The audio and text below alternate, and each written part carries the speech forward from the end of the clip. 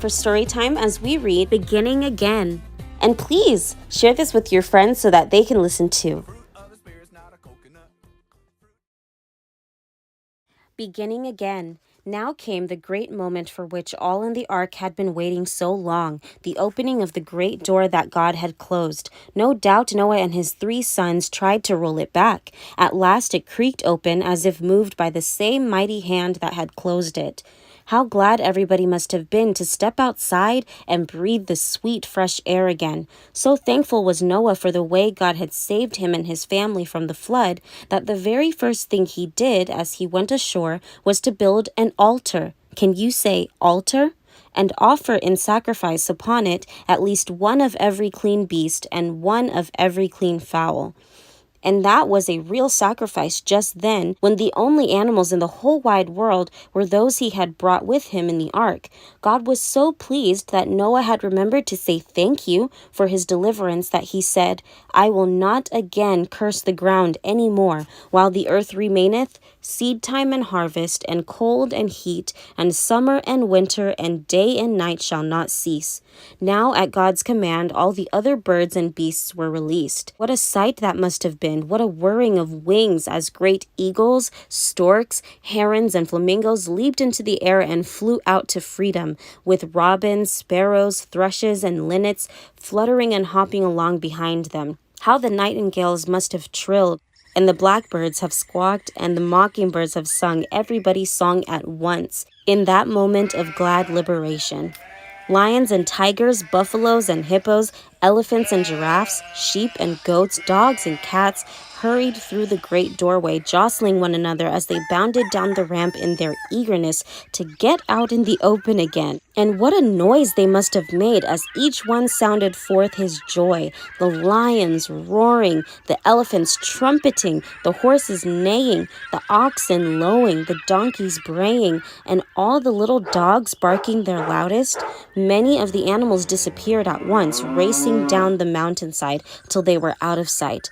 Others stayed around, like human companionship, and Noah may well have wondered what he would do with so many if they continued to stay near the ark.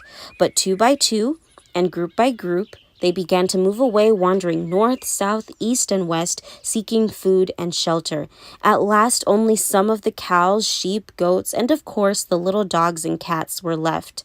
Meanwhile, Noah and his family were looking around at the wild-looking place to which the ark had brought them. It was a sad sight that met their gaze. Everywhere was wreckage and ruin caused by the raging waters. Great trees lay uprooted.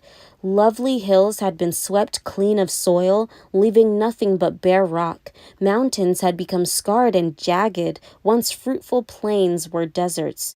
Not a single human dwelling was to be seen anywhere. Of all the beautiful homes they remembered, not a trace remained. All had been smashed to matchwood by the towering tidal waves that had swept over everything when the flood began. It was enough to break their hearts. As they stood there viewing the desolate scene, they felt the earth shake underneath them, for there must have been many a quake as the earth settled after the great eruptions when all the fountains of the great deep were broken up. No doubt they felt afraid and lonely on that shuddering mountainside. Well may they have wondered what terrible thing was going to happen next. Then of a sudden Noah looked upward, and there in the sky he saw something he had never seen before. As though trying to encircle the ruined earth with arms of love was a glorious glowing arch of many colors. Scarce daring to breathe, they all stood looking at it, struck dumb with amazement. What was it, and what could it mean? It was the first rainbow. And as they watched in wonderment, God drew near and said, I do set my bow in the cloud, and it shall be for a token of a covenant between me and the earth. And it shall come to pass, when I bring a cloud over the earth, that the bow shall be seen in the cloud. And I will remember my covenant, which is between me and you and every living thing of all flesh. And the waters shall no more become a flood to destroy all flesh.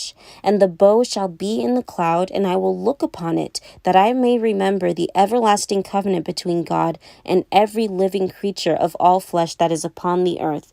It was God's way of saying, I have not forgotten you, nor shall I ever forget you or my promises to you. When you see the rainbow and I see the rainbow, we will remember each other.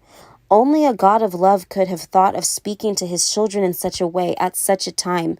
Having lost everything, money, home, all save life itself and what they had brought with them in the ark, these poor homeless pilgrims surely needed a message of comfort and hope such as this.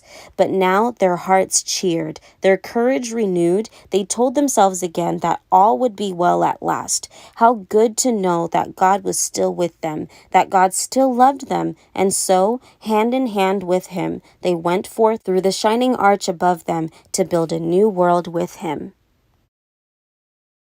Thank you for watching, Aaron and Elsie, Samora and Ariana, Clifford and Sean, Kim and Sophia. Share this with your friends so that they can listen too. Bye-bye. The fruit of the spirit's not a coconut.